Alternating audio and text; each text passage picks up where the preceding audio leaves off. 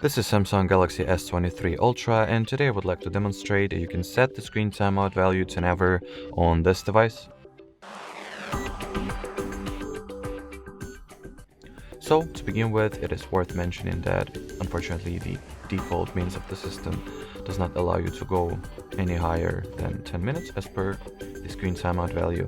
So in order for us to be able to modify it to never, we will use the help of the free and very simple third-party app called Caffeine. So open up the Play Store on your device and download the app. Here is the tool that I was talking about previously. Just download and install the app. As you can see, it does not take a lot of time, just a few seconds and you are done. Then launch it and make sure to set the timeout option to infinite, and as long as you do not close the Caffeine app and it stays active in the background, your display will not go to sleep automatically at all. Alrighty, so that would be it.